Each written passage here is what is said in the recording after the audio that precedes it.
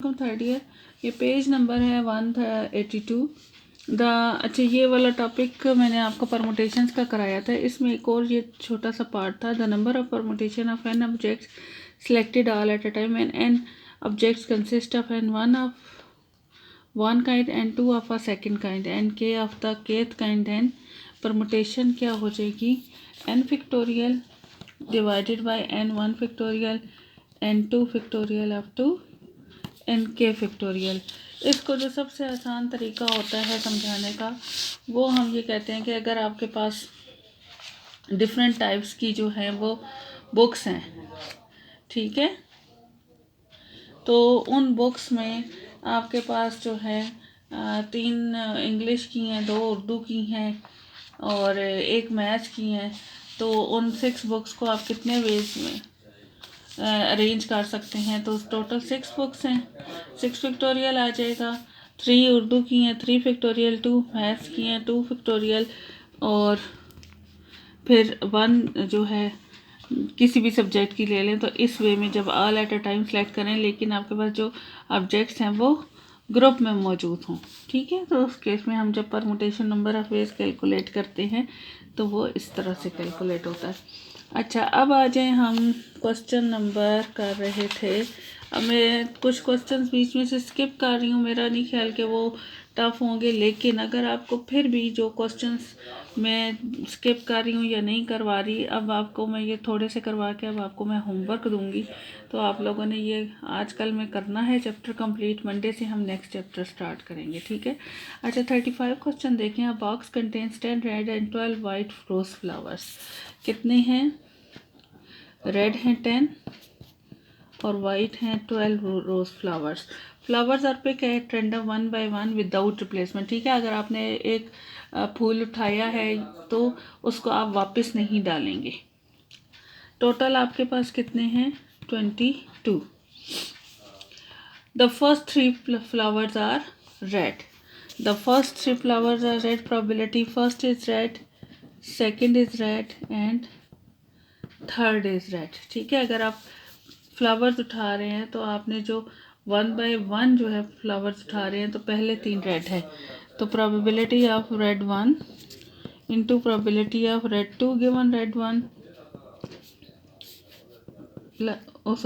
Into probability of red 3 given red 1 intersection red 2। तो ये आपके पास आ जाएगी प्रोबेबिलिटी ऑफ रेड 1 क्या होगी? प्रोबेबिलिटी ऑफ रेड 1 आपके पास हो जाएगी,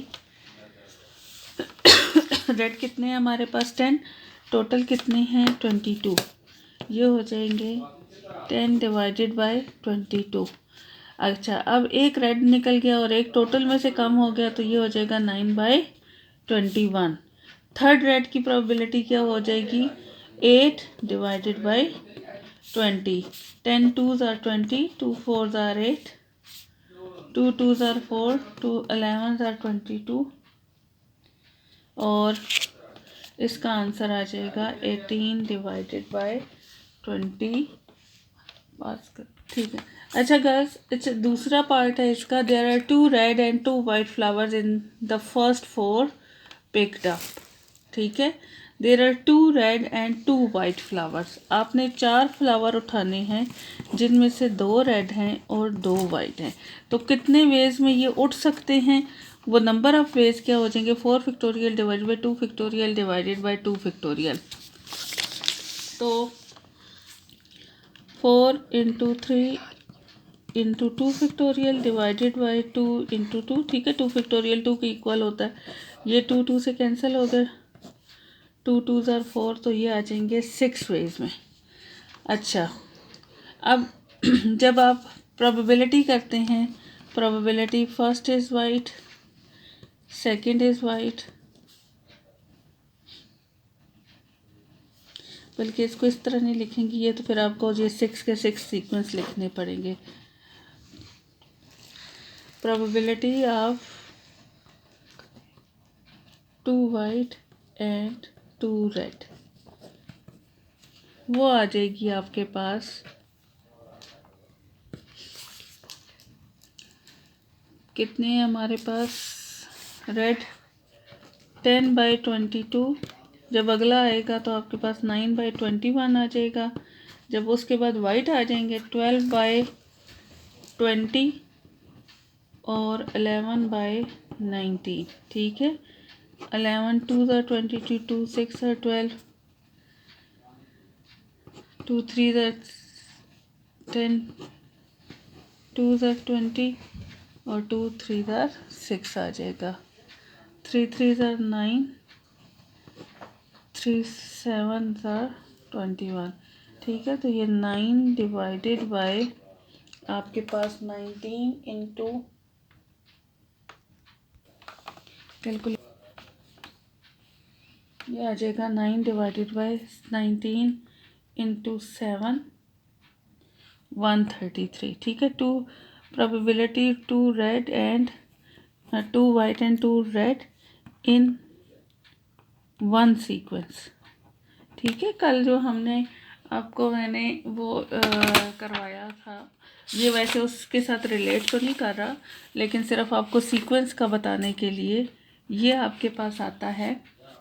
ये देखें, ये जो independent repeated trials with 2 outcomes, तो हमने क्या कहा था, इसकी power p raise to power k q raise to power n minus k है, और कितने सीक्वेंस में ये अकर कर सकते हैं, NCK में। ठीक है, तो ये सीक्वेंस हमने इसका 4 फैक्टोरियल 2 फैक्टोरियल इंटू 2 फैक्टोरियल से किया है, और वन सीक्वेंस की प्रोबेबिलिटी 9/133 है। हर दफ़ा प्रोबेबिलिटी यही रहेगी, लेकिन आपके पास सीक्वेंस चेंज हो जाएगा।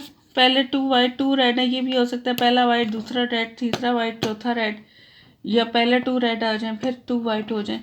तो मतलब ये सारी पॉसिबिलिटी, इन सब में 2 रेड और 2 वाइट ही हो रहे हैं, तो उस केस में नंबर ऑफ वेज जो हैं वो आपके साथ मल्टीप्लाई होंगे। 6 9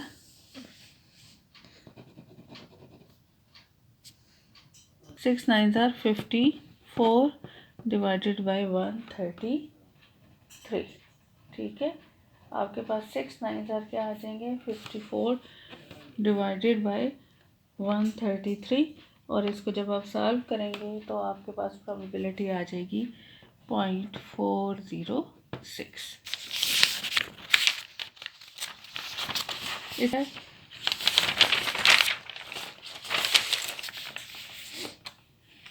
The third one is red given that the first 2 are white. Probability of third flower is red given that first 2 are white. तो probability of red 3 intersection white 1 intersection white 2 divided by probability of white 1 intersection white 2। ठीक है, तो बल्कि white 1 white 2 और intersection red 3 आ जाएगा। इस तरह होगा। पहले जो अकर हो चुके हैं उनकी पहले वाइट के आने की प्रोबेबिलिटी क्या है, वाइट आपके पास है 12/22 इंटू 11/21 इंटू रेड 3 की क्या हो जाएगी 10/20, और डिवाइडेड बाई 12/22 इंटू 11/21। इसको जब आप सॉल्व आउट करेंगे ये कैंसिल हो जाएंगे आपस में, आपके पास 10/20 या क्या रह जाएगा 1/2 रह जाएगा। ठीक है, फिर आ जाएं 41 क्वेश्चन पे। ये बाकी क्वेश्चन इजी हैं, इनको देखिएगा, ना हुआ तो करवा दूंगी। अच्छा, फिर है 41 question. A can solve 75 of the problems in this book and B can solve 70%। What is the probability either A और B। जब A और B का हम बात करते हैं तो यूनियन लेते हैं, तो A और B can solve a problem chosen at random probability of A और B means probability of A union B। ठीक है, ये 41 क्वेश्चन है 41 का A part. A union B, ये आ जाएगा probability of A plus probability of B minus probability of A intersection B।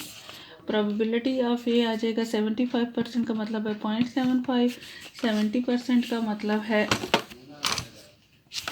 70% का मतलब है 0.70, minus A and B are independent events, ठीक है। एक बंदा क्वेश्चन सॉल्व कर रहा है तो दूसरे का सॉल्व करना पहले पे तो डिपेंड नहीं करता ना, हर कोई अपनी अकल से सॉल्व कर रहा होता है। तो ये आ जाता है probability of A into probability of B. इसको मैं एक स्टेप और भी कर देती हूँ, 0.75 प्लस 0.70 माइनस 0.75 इंटू 0.70, 0.75 इन 0.75 इंटू 0.70, ये आता है 0.525, 0.75 प्लस 0.70 माइनस 0.525। तो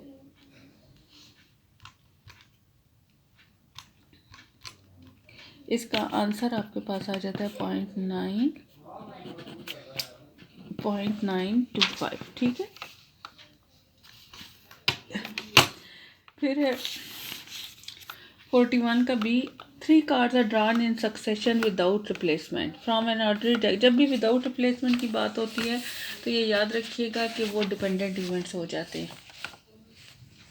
Find the probability that the first card is a red ace, the second card is a 10 or a jack, and the third card is greater than 3 but less than 7. Probability, 3 cards आपने draw करने हैं। Find the probability that the first card is a red ace, red का S हो, या ए लिख के और S rough red. Intersection, second card क्या होगा, 10 और अ जैक। सेकंड कार्ड क्या है, 10 and jack. And third card क्या है, वो दिया हुआ है greater than 3 but less than 7, ठीक है। इसको इस तरह तो ये ज़रा कॉम्प्लिकेटेड सा लगता है, इसको लेट करते हैं। Let A is the event that card is red ace, B is the event that the card is 10 or jack, C is the event that the card is greater than 3 but less than 7। greater than 3 हो जाता है 4, 5 और 6, ठीक है। अब आपके पास red S की probability क्या होती है, एस का रेड कितने होंगे, टोटल 4 जो हैं वो हमारे पास हैं, 4 एस होते हैं। तो रेड की में कितने एस होते हैं, 2, और नहीं, रेड और ब्लैक 2 कार्ड्स होते हैं ना, है, और ब्लैक भी 26 है, तो रेड में भी 2 एस हैं और ब्लैक में भी हमारे पास 2 एस है। तो आपके पास जब आ जाएगा द कार्ड इज